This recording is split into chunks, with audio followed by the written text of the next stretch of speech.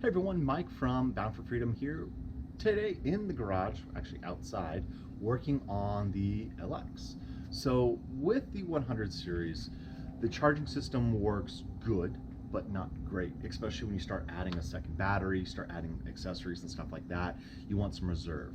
So we're going to be adding a fridge as well as doing a lot of off-grid camping. So I want to make sure I have plenty of power, number one, for the fridge, as well as accessories, lights, stuff like that. When we were on our most recent trip up to Mammoth, I was a little uneasy because I don't want to have to rely on a jump pack in order to get started, especially when you're way out in the boonies.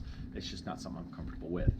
So I'm adding a second battery. So I'm going with an AGM second battery, and then I'm also going with a sleep battery mount. I've got a Red Arc SBI, which is their smart battery isolator. One of the guys on YouTube, which is Chow Cares, or on Instagram, I think it's So Overland, give a great tutorial. I'll have to put a link in there that shows how to set up a dual battery system on your 100 series for fairly inexpensive. I decided to go with an AGM battery because I wanted to go ahead and be able to deplete it a little bit more than just a lead acid battery. So that's why I went with AGM. Now, typically for an AGM battery, they need to get about 14 plus volts, usually about 14 to 14.8 volts in order to be charged off, or topped off, excuse me, to is max capacity. With the factory charging system as it sits, if it's below that, it won't allow the battery to get to 100%, and that, from my research, has shown that it will not allow the battery to last as long. Now, this does have a 36-month warranty on it. Should you choose to do a lead acid battery, your factory alternator will work on it amazingly, no modifications needed, and it will equalize the batteries quite well. So this little trick that I'm going to show you guys today is for someone who wants to run an AGM battery as a second battery, or even a primary battery, as well as maximize your charging ability. Now, you do want to check your volts, because from the research I've done, you can actually harm your battery if it puts out too much voltage. It'd be like 15 plus volts, somewhere around there. Do your homework, find out what your system likes, because every vehicle is going to be different. Most LXs are going to charge, or most Landcruisers and LXs charge below 14 volts. Some anomalies out there that are charging more, those are amazing. If you have a vehicle that charges 14 plus volts without any modifications, leave it, you should be okay. But when you need extra volts, this is where this little trick is going to come into play, and it works out great. I'm seeing, basically, we're adding a resistor to the Alt-S fuse, and that is going to basically fool the alternator into seeing that it's not charging enough, so it bumps it up the amount of resistance, which is 0.5 volts, and that's exactly where I need to be in the 14s. So I'm going to show you guys some baselines. I'm going to show you guys the battery where it sits, the battery at idle, and then the battery with the modification. Now, this next bit, I'm going to show you guys how that all works, and then afterwards I'm going to show you how to make it, what parts you need, and how easy it is to do it. So let's go ahead and show you what we need to do. Alrighty, so at rest, my battery is sitting at about 12.48 volts. This has not been modified at all. This is just where it's sitting right now. So let's go ahead and give the vehicle a little start. And we're going to see those volts. Now, the vehicle is cold. Your initial volts are going to be higher when the vehicle is cold. I believe the reason for that is just because of where the RPMs are. Because it's attached to the crank, you're going to go off of where it's sitting as far as your RPMs. So that has a lot of effect on where your alternator puts out voltage, is how many RPMs are in there, I think. I don't know. I'm assuming that's what it is. If I'm wrong, go ahead and comment below. So right now, cold, I'm getting 14.10. Now, yesterday, after doing some testing, drove it around and the vehicle was warmed up. It actually dropped to about 13.7, which is not enough. So don't let that fool you. Run the vehicle, get it to operating temperature, then check the voltage. That's going to dignify exactly what you need to do. So in this case, 14.2, it's going to actually drop down to right around about 13.7 volts when the vehicle is warmed up, and that's not sufficient. So the way we get around this, I'm going to put you guys back over here, is we're going to use a diode. So basically, this is a fuse tap and then a 0.5, it's a 6 amp, a 0.5 volt diode. This is going to go ahead and fool the alternator into producing more voltage. So as you saw cold, this put out 14.2 volts. Once it warms up, 13.7-ish. So we're going to go ahead, take out the Alt-S fuse. Let me show you guys what that is. On the 2000s, so like 98 to like early 2000s, there should actually be a fuse block right here, and it's one of the back ones. It'll say Alt-S. But for our 2004, which I have, and the older ones, I believe, they are going to be Alt-S, which is right, it's right there, Alt-S. So that is going to be this fuse right here, and it's 7 amp. Go ahead and pull that fuse out.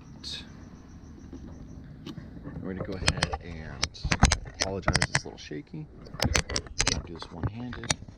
We're going to go ahead and stick that in our diode as I just dropped it. And we're going to go ahead and put this in here. That's literally all this modification is. So let's go ahead, start the vehicle.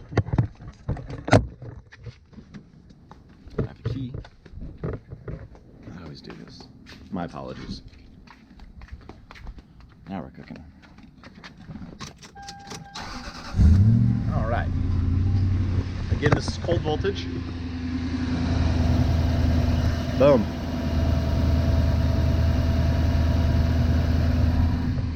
So if I let this vehicle warm up, like I said, on my initial test before I made the video, I was sitting, after the vehicle's warmed up, we were sitting at about 14.2 volts, which for my setup is sufficient. So if you need this done, it's an awesome little quick modification that's about 10 bucks and it works well. There's plenty of guys out there that have been running this for a couple of years and never had an issue. So you can make this for fairly inexpensive and you get some great results. Now, one thing is this is a modification to your charging system. It's a quick and easy, so if something were to go wrong, you can pull the fuse out and just put your old fuse back in and put it back together. Because you're modifying it, you have to be careful. Anything can happen. I'm not a mechanic. I'm not an electrical mechanic. I have none of those. So you're going to do this at your own risk. So please, please, please make sure you heed the warning of if you're not comfortable working on your own car, or if you are worried you're going to burn your car down, don't do this modification. And don't blame me if you do. If my rig burns down, it's completely my fault. I'll take full responsibility. But from everything I've done on research, apparently it works well. People really love it, and it's fairly easy. So I'm going to show you guys next how to make it, what's all needed, and we'll go from there.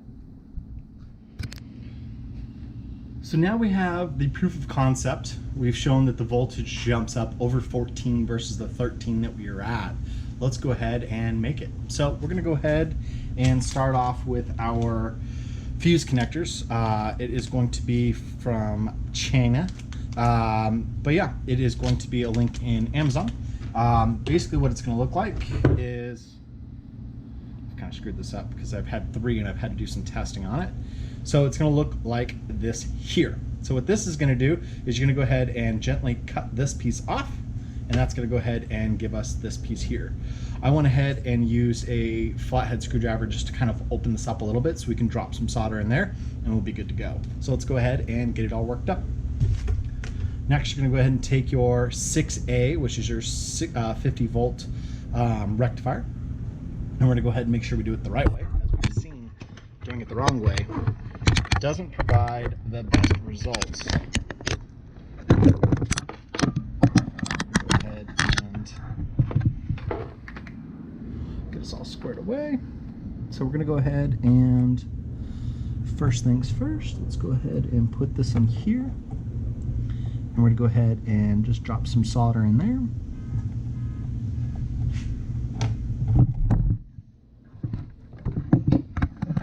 Sorry, I'm not really great at making these videos, so you're going to have to bear with me.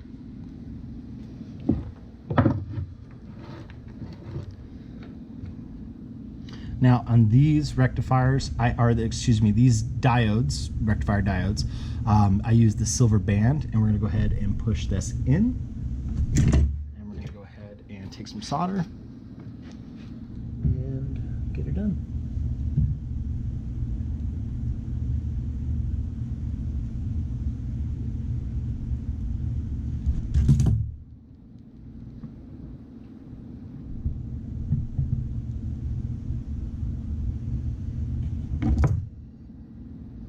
Okay.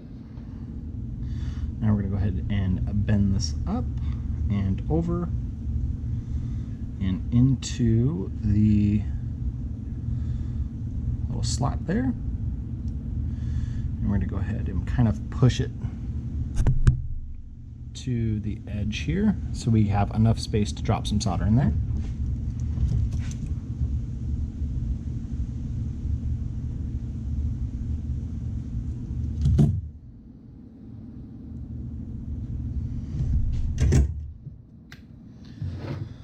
Let all that cool down here.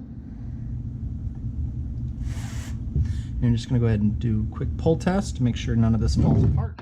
Then we're going to go ahead and take our liquid tape. And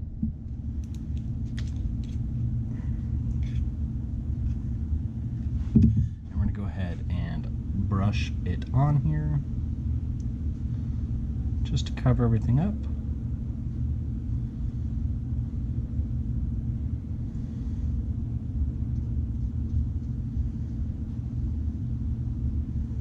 Oh boy.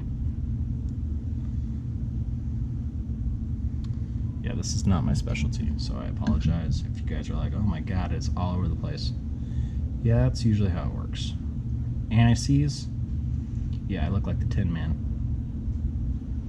Pretty much we just want to make sure that we get it everywhere so there's no exposed diode, so we don't have any issues there. And bam. It's going to look just like that. And we're going to go ahead and let that dry, and we'll go ahead and reinstall it, and that's a wrap. Alrighty, so this is how it's set up. In the other video, it's kind of hard to see, but basically you're going to go ahead and once you cut this section off, which normally has the pigtail on it, you're going to go ahead and solder the diode in there, and then you're going to drop some solder into this slot where the diode foot goes, and then your top two posts are where your fuse is going to go. So it's going to set up just like this. There's nothing that needs to go in this slot. That's just going to be empty. And as you can see, it sets up just like that.